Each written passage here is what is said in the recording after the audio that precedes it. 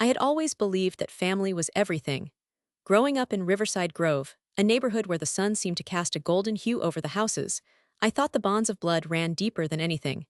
It was a conviction ingrained in me by my mother, a diligent single parent who worked tirelessly to provide for my younger brother, Mark, and me. Family loyalty was her creed, and she repeated it until the words echoed in my mind. No matter what happens, Harper, we stick together. We are a team. It was a promise, and I held it close, even as I embraced the uncertainties of life. Little did I know that this very promise would be shattered along with my childhood innocence, giving way to a heart-wrenching revelation that would transform my understanding of loyalty and love. The day my grandfather passed on felt like a dark cloud hung over our family. I remember the sickening mixture of sorrow and confusion in the air, emotions swirling around like leaves caught in a storm. This was supposed to be a time for grief, a sad reminder of the fragility of life. But somehow, beneath the weight of our shared loss, I clung to a flicker of hope, a hope that perhaps his passing would bring us closer together. This thought kept me afloat, even as I heart-wrenchingly accepted the fact that he was gone. Yet, that fragile illusion vanished the moment the lawyer entered the old study. The scent of leather worn with age, mixed with the musty aroma of old wood, enveloped us as we waited, each tick of the clock echoing painfully like a countdown until the reading of the will. I had imagined a somber setting filled with mutual support and shared memories of Grandpa, but now that reality felt like a far-off dream. My heart raced, standing at the edge of hope and dread, while my fingers dug into the palms of my hands, a feeble attempt to dispel the waves of anxiety rolling through me. When the lawyer finally walked in, he held a folder thick with pages. His expression was masked under a professional demeanor that made the air feel oppressively serious. I glanced sideways at my mother and Mark, both sitting smugly, their faces betraying an unspoken exchange, a look shared between them that made something inside me snap. What do they know that I do? I thought, my stomach twisting into knots. To my beloved family, the lawyer began, his voice steady but unfriendly, I leave all of my estate, a total of $500,000 to be divided, with a majority to my dear daughter, Linda, who has always been there for me. As he spoke, my chest constricted painfully. Confusion washed over me like a cold wave. I felt a chill creep into my bones. This was not how it was supposed to go. A part of me had hoped that, in honoring Grandpa, my family would acknowledge the struggles we shared and how much he had cared for each of us. But it was becoming painfully clear that reality diverged sharply from the expectations I harbored. With every word that followed, my sense of betrayal deepened. What about me? I thought desperately. I was left out, pushed into the shadows while my mother collected the lion's share like a hawk swooping down on its unsuspecting prey. My teeth clenched and I looked at Mark. His expression was one of approval, as if anticipating a banquet that was not meant for me. I fought against the rising tide of anger, trying to comprehend this madness. And to my granddaughter, Harper Bennett, the lawyer continued, the finality of his words hitting me with the force of a sledgehammer, I leave nothing, as I believe she has shown herself to be irresponsible with money. The room twisted around me, the buzzing in my ears drowning out all else. My heart felt like it was plummeting into an abyss. Nothing, I was to receive nothing. My pulse hammered so loudly in my ears that I could hardly think. I felt my eyes widen in disbelief, my vision blurring at the edges as I fought the sting of tears. A triumphant smile stretched across my mother's lips as if her dreams had come true in an instant, and Mark nodded, his expression telling me how pleased he was with the outcome. I felt invisible, erased from the narrative that had once included me. My breath caught in my throat and I struggled to find words. How could you do this? Is this truly how you want to honor Grandpa?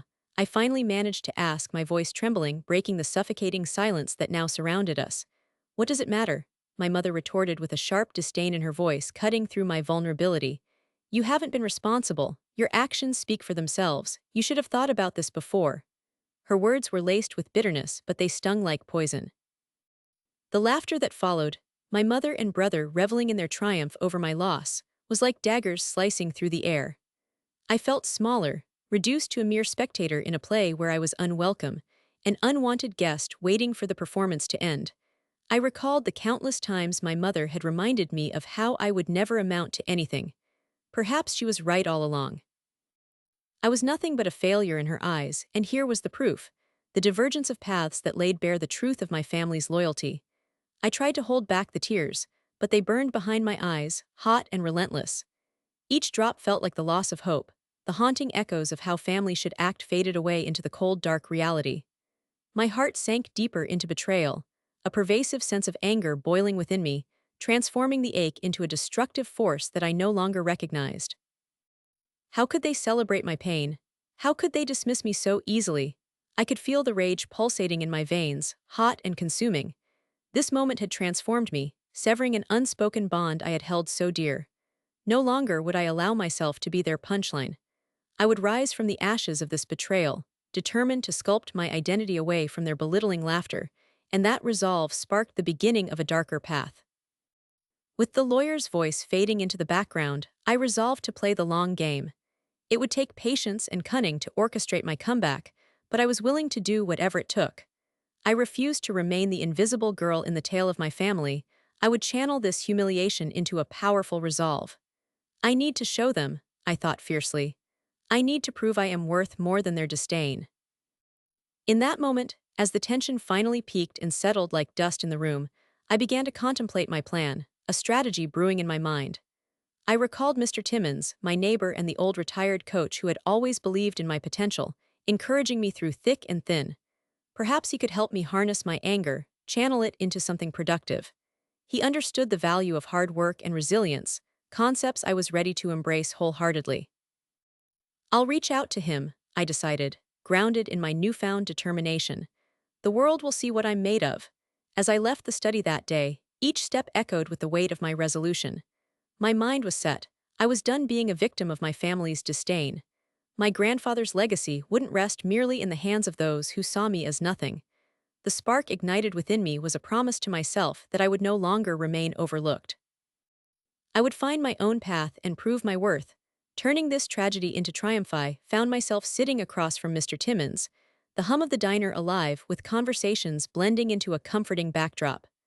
The aroma of freshly brewed coffee wafted around us, and I breathed it in deeply, trying to settle the tornado of emotions swirling within me. I fidgeted in my seat, gripping a chipped mug that bore the logo of this beloved hole-in-the-wall eatery, trying to remember the last time I had felt this anxious and hopeful all at once. My family was thriving, enveloped in a new life of luxury and entitlement that I had never wanted for myself. Their laughter echoed in my mind, a mockery of the dreams I had been hatching in the shadows. But today, I was ready to break out of those shadows. Today, I would ask for what I needed. Harper, Mr. Timmons said, his face now a canvas of wrinkles and kind eyes. You seem a bit on edge. You've been working hard on that coffee shop idea of yours. Why don't you take a deep breath and tell me what you're thinking? The sincerity in his voice made my stomach flutter. He had always been my ally, standing by me while I battled my own insecurities and fought against the weight of my family's ambitions. I am ready, I managed to say, each word like a small stone cast into a vast expanse of possibilities. I need to dive in and make this dream a reality, I continued. Just like we talked about. The warmth from his coffee cup felt like a blanket against the chill of doubt creeping in on me. The rich scent mingled with the sweetness of cinnamon rolls lined up by the register, and I could almost taste the success that lingered just beyond my grasp. I need $100,000 to kickstart my dream, I declared, the words spilling out before I could lose my nerve. A coffee shop that will thrive in 2 years. You will be my partner.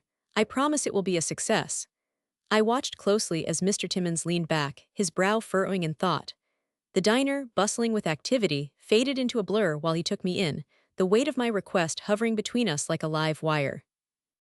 At that moment, I feared he would reject me, the dreams of owning my place in the world evaporating as swiftly as steam from a hot cup of coffee. Harper, he finally replied, eyes sparkling with the reflection of the overhead lights. You know I've believed in you since day one. I will invest, but I am going to need assurance from you. Promise me you will give it your all, that every ounce of passion will flow into this endeavor. I nodded, adrenaline surging through my veins, igniting a fire of determination within me. I reached for his outstretched hand, sealing our partnership with expectations and hope. The warmth of his grip infused me with a sense of belief that maybe, just maybe, I could rise above the suffocating cloud of my family's criticisms and shatter the illusions they had built. In the weeks that followed, a whirlwind of activity consumed me as I ran from one task to the next. Building the coffee shop felt akin to assembling a toy without instructions. I stumbled through design plans and regulatory forms, each step fraught with uncertainty. Days turned into a blur of construction and planning meetings. Mornings were engulfed in caffeine and brainstorming, while evenings devolved into sleepless nights of worry, filled with visions of disaster. It was far from easy. Every line of coffee I ran, and every conversation I had with vendors turned into a weird jigsaw puzzle, and I couldn't help but feel frustration rise like the steam from my espresso machines. Yet, I could hear laughter echoing in the background, cheerful voices mingling with the scent of pastries that I would one day serve. I envisioned a place filled with creativity, where strangers became friends over steaming mugs. Just when things started to look up, disaster struck. A tempest of rain, wind, and chaos engulfed Riverside Grove. The storm wreaked havoc, knocking out power just days before our grand opening. It felt as if the universe was laughing at my dreams, mocking my aspiration to reclaim a foothold in my family. I stood there in the empty shop, watching gusts of wind whip around, leafing through my plans like a cruel joke. My breath hitched as despair threatened to pull me under into an abyss of darkness. Facing my family felt impossible during those moments of panic. The shadows of their memories swirled in my head, a constant reminder of my perceived failures. I heard my mother's disapproving voice as if she were seated right beside me at the counter, saying, "You will never live up to the expectations. You cannot keep your life in order." Her words haunted me, wrapping around my confidence, squeezing until every breath I took felt heavy, loaded with unsaid criticisms and reminders of my past. But as the storm raged outside, an unexpected spark of resilience ignited within me. While I lay in bed one sleepless night, wrestling with memories and self-doubt, the echoes of laughter turned from taunts into cheers of encouragement from my community. The very people I hoped to serve came forward, and they became my lifeline. Friends and neighbors rallied, helping me clean up debris, painting walls, and talking over plans for what the coffee shop could be, all with beautiful enthusiasm. The smell of fresh paint circled in my mind, mingling with anticipation, as I opened the last box filled with napkins that had my shop's name printed on them. Those last-minute adjustments became the heartbeat of my dream. Knocking down internal walls in the actual space solidified my determination. On the night before the opening, I gathered everything I had prepared. Fresh pastries, artisan coffee blends, and my heart translated into every carefully decorated table. "This is it," I whispered to myself, looking at the space filled with the promise of the future. "This is all worth it." I sealed my closing thoughts with a humble prayer, praying that the tides were finally shifting in my favor. When the doors finally opened, I climbed back into my brave face, even if behind that mask my heart felt shattered, trembling with hope. Each cup I brewed held a secret wish that destiny would bestow upon me. I prepared for the rapture of caffeine-loving souls eager for conversation, maybe even a place to belong. As people began to trickle in, I caught the first glimpse of connection, of community shared over mugs and pastries. The laughter became genuine, filling the space with warmth that wrapped around me like a soft blanket on a cold day. With every face that flashed with joy as they took their first sip, I could feel the fragile threads of my confidence slowly weaving into something stronger. Yet deep down, like a whisper waiting to be shouted, was my relentless pursuit of proving my worth. I wasn't just chasing dreams, I was attempting to reclaim a place I felt had been stolen from me. The journey had just begun, and I clung to that, breathing deeply, wishing with every pore that, despite the storm and the betrayal, I would finally find my name echoed with praise. Not shrouded in doubt, I took a deep breath, the aroma of countless spices and dishes floating through the air as I stepped into the lively family gathering. The vibrant colors from decorations, intertwined with the warm hues of the setting sun spilling through the windows, gave the room an inviting ambience. Laughter echoed off the walls, mingling with clinking glasses and the rhythmic pulse of soft music playing in the background. I felt my heart race as the familiar faces of my relatives framed the room, smiles painted on their faces, unaware of the internal battle brewing within me. This gathering was supposed to be joyful for everyone, but for me, it felt like a stage, a moment of reckoning. My parents, who were engaged in a lively discussion by the food table, captivated the attention of my younger cousins. My mother's laughter rang out like an effervescent chime, a sound I had once cherished, but now it felt foreign, almost jarring against the resolve I cultivated in the weeks leading up to this moment. I caught a glimpse of Mark across the room, his presence as familiar as the smell of coffee to me, yet his smirk was a chilling reminder of the wounds I had endured. He saw me now, and beneath that casual air, Confusion mixed with disbelief danced in his eyes. As I made my way through the crowd, I felt every eye scrutinizing me. How often had I ridden those waves of uncertainty, haunted by their doubts and condescension? And now here I was, poised to drop the truth into the heart of their gathering like a stone cast into a silent pond. My heart thudded against my ribs, the anticipation of their reactions building a fierce tide within me. I wore the sleek black dress I had chosen deliberately. Its fabric shimmered in the light, wrapping around me like armor, each graceful line echoing confidence I had only just begun to embrace. "Harper," a voice shouted from the opposite side of the room, cutting through the chatter. My Aunt Helen reached out, her warm embrace comforting yet constricting for the emotions swirling inside of me. "You look stunning, and so successful." Her eyes twinkled with delight, totally oblivious to the emotional landmine I was about to detonate. "Thank you, Aunt Helen," I managed, forcing a smile as I felt a slight sting of warmth hit my cheeks. "You look wonderful too." As we exchanged pleasantries, I glanced back at my parents again. They were now locked in a conversation with a few family friends and had not yet noticed my presence. They'd be in for a rude awakening. Just a few more moments. I could already feel the adrenaline coursing through me, urging me to step forward and make my presence known. Finally, with a newfound steadiness, I cleared my throat to draw attention. "Good to see you all again," I started, my voice louder and ringing with authority, carving a space in their chatter. Many turned to me, their identities blurring into a sea of faces, excitement and curiosity brimming in their eyes. "Oh, and by the way, I wanted to thank you both for showing me what I am truly capable of." I let the words weigh heavily in the air, enjoying the way they tasted on my tongue, feeling the power shift as anticipation crackled around us. "Your rejection fueled my ambition, and I opened a coffee shop that is now the talk of the town, and I am doing quite well, thank you very much."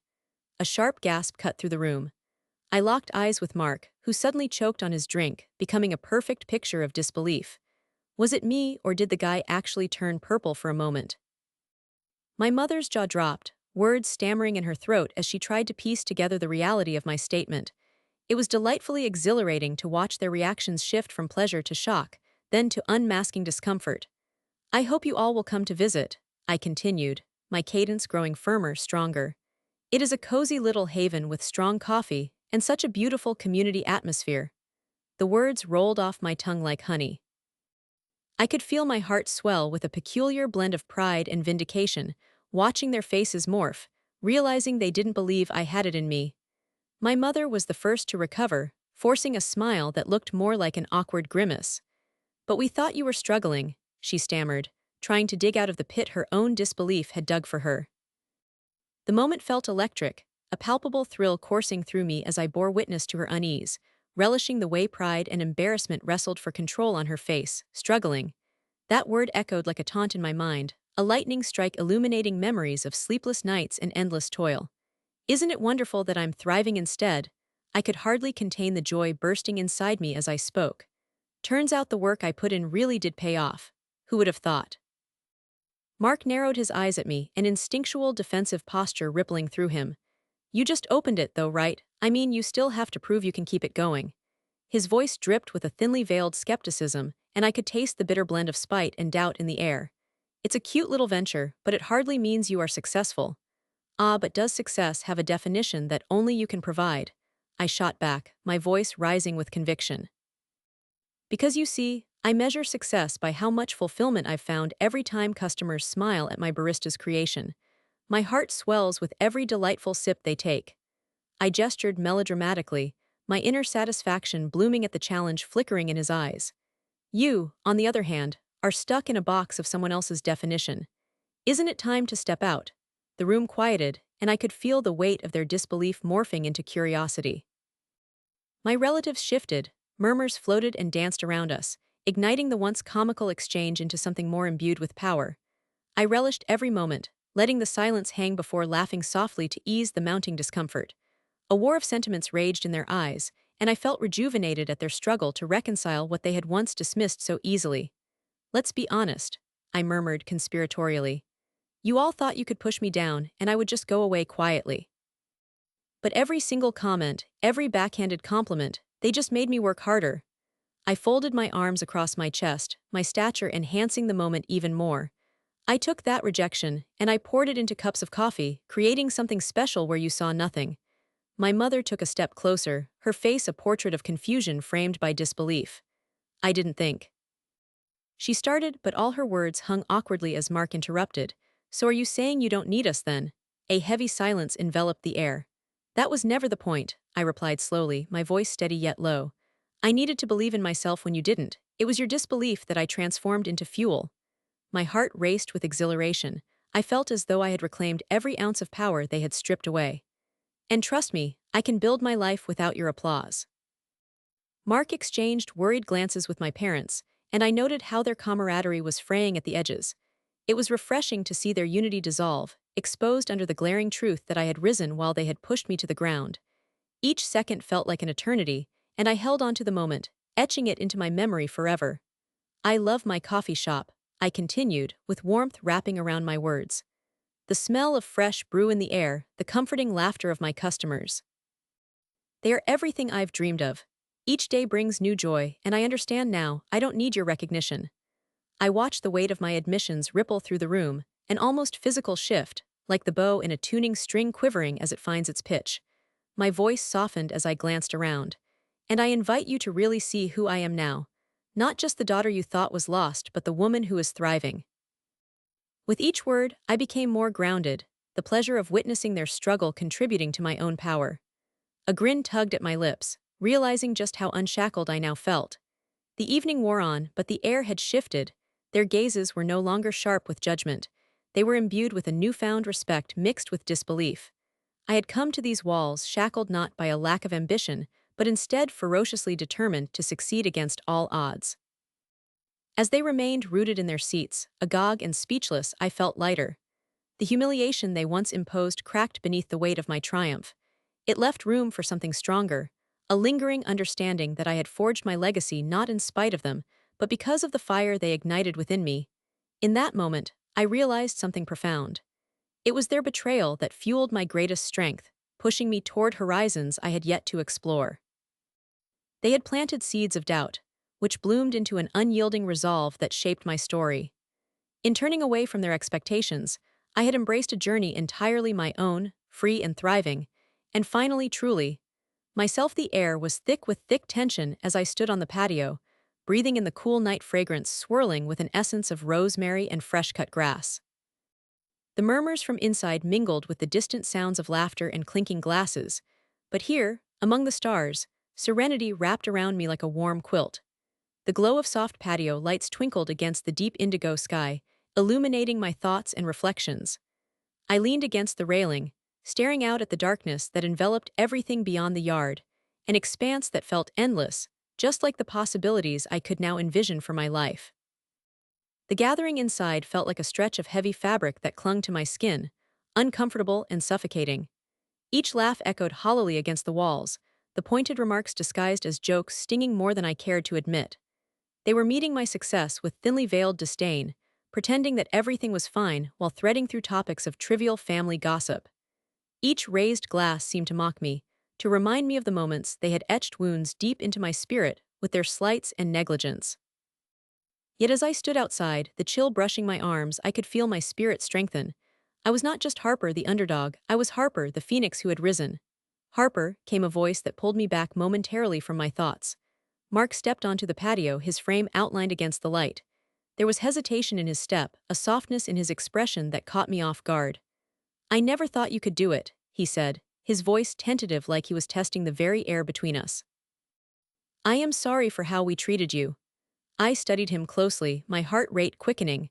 This wasn't the Mark I remembered, the brother filled with confidence, casting shadows darker than the night before me. No, this was a man confronting the consequences of the past.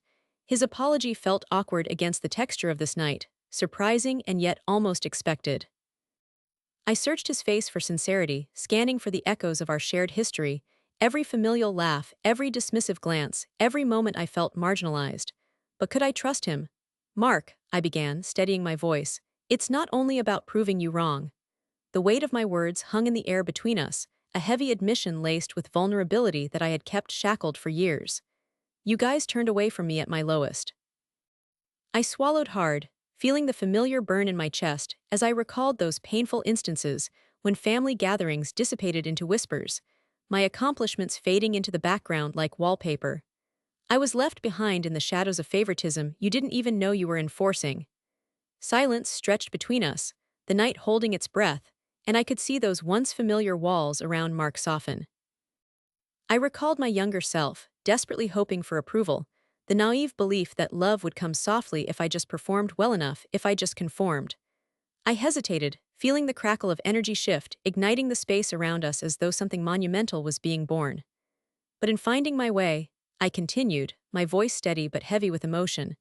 I've realized I can stand tall on my own 2 feet, and it feels incredible. I took a small step forward, allowing my words to fill the space between us. Do not pity me, celebrate my autonomy.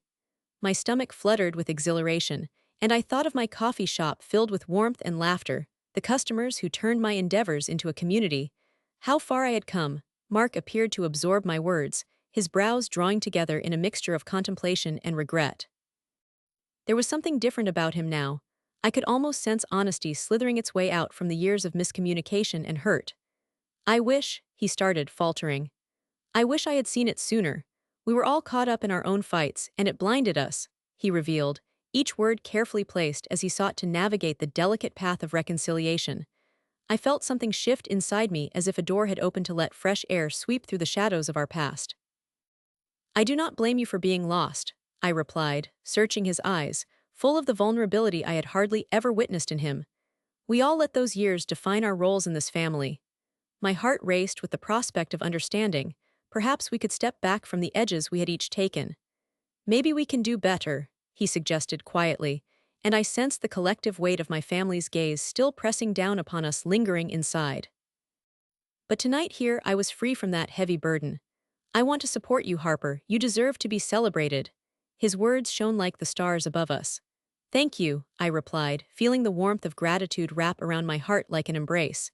That means more than you realize, but it's not just about the support. It is about respect. You have to understand the impact of closeness and distance, how it felt to be a ghost in our family. I hoped he would hear me, truly hear me, and recognize the duality of family ties, the comforts and traps they presented. As we stood there in the moonlit quiet, something significant shifted. Both of us realized that healing could take root. I took a moment to breathe, inhaling the cool air that filled my lungs, and then exhaled, releasing more than just breath. This is a journey for us all, I stated firmly, my heart swelling with newfound determination. How can any of us grow if we remain buried in old mistakes? Mark nodded, processing my words. You are right, I don't want to keep pretending. He shifted against the railing, his body language opening to me. Tell me how I can make this right. Desire coursed through me then, the desire to be seen, to be heard, to guide this moment into something transformative. We need to be honest with each other.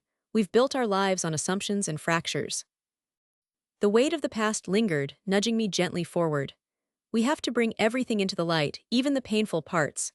I want you to understand the cost of neglect. The expression on his face shifted, and I saw a flicker of understanding, not just of my struggles but possibly of his own. While we had both been hurt, we had also both withdrawn into our own corners. I sensed our family splintering into segments, our childhood richness somehow marred by roles we fell into without questioning. Then I looked out toward the horizon, the stars glimmering gently as I gathered my thoughts. I was envious and angry for a long time. It felt unjust and lonely. Lies and assumptions transformed my dreams into burdens. I turned to share my truth fully, casting away the shadows of insecurity. It felt like I failed you all by not being enough, but now I realized that I was never meant to fit into that mold. Mark stood silently, gazing into my eyes, a blend of apology and admiration swirling as he traced the lines of our shared history in his mind. You are brave. You have done this entirely on your own, building your coffee shop, creating a space that reflects who you are. And it wasn't merely a space, I added passionately, my voice rose with conviction. It became a metaphor for reclaiming my life. I am flourishing, Mark. I've turned resentment into resilience. A soft wonder flickered across his face, and I felt proud to be showcasing my growth. I just want you to know I admire your strength, he said. I want to learn from you going forward. I thought success was about status and competition, but you have shown me there's more, much more. With those words, it felt as if an old weight was finally lifting, allowing us a renewed breath. I did not need their approval anymore, not as I stood here, claiming my legacy, not just in business but in myself. I was the author of my own narrative, and I was ready to hold the pen firmly. Thank you for saying that, I responded, my tone grounded in sincerity. Together, we can create a new foundation, one where we uplift rather than tear down. We must remember that family can be complex, but the love is there. It might be buried, but it's real. I want to hear more about your journey, he urged. In fact, let me help however I can. I chuckled, feeling a spark jump to life inside me. Really? You want to help with the coffee shop? I hope you can handle a little caffeine. Just as long as you promise not to burn it down, he jested, breaking the tension further, and I couldn't help but laugh, the sound lifting into the evening air. Deal, I replied, feeling light. As we stood there under the star-kissed sky, I could almost hear my grandfather cheering me on from some distant place. Would he be proud of the woman I had become? I imagined him, beaming at the insights I embraced now, the connection beginning to grow between the two of us. Perhaps he saw the resilience that was embedded in my spirit and the path I forged through adversity, one step at a time, rebuilding my family ties and my personal strength simultaneously. After a moment of silence, I turned back toward the gathering. Inside, I could make out the remnants of chatter and laughter, a reminder of my past and the journey ahead.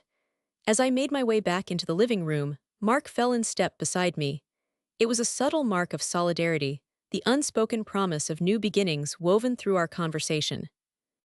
I felt strong, anchored in my beliefs, fueled not only by desire for personal success, but by the hopes of mending the frayed connections of our family fabric. As we stepped through the doorway together, I felt a shift in the atmosphere. I was ready to embrace who I was, without the weight of others' expectations tethering me to the ground. I could finally stand tall, alive within my own authenticity. And for the first time in a long while, I saw the faint light flicker in my family's eyes, lending hope to everything that lay ahead.